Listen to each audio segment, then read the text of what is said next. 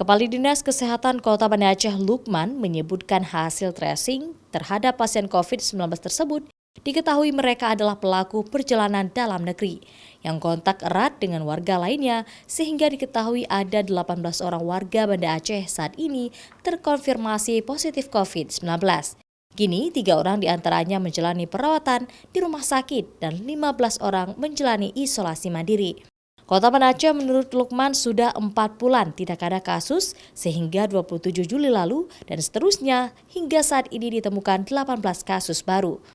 Dengan ditemukan adanya kasus baru ini diharapkan masyarakat tetap waspada terhadap munculnya kasus COVID baru di Kota Banda Aceh ini.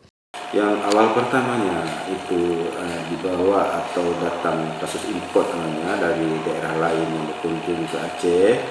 Kebetulan kita Banda Aceh ini ibu kota provinsi, rata-rata mereka transit di Banda Aceh, sehingga terjadilah kasus kembali di Kota Banda Aceh.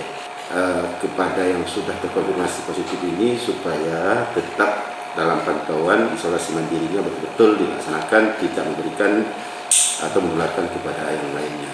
Sementara itu untuk mengantisipasi bertambahnya kasus baru atau sudah adanya kasus baru saat ini, Dinas Kesehatan Kota Banda Aceh menghimbau masyarakat untuk tetap menjaga protokol kesehatan dan jangan lengah dimanapun berada, terutama di ruang-ruang publik.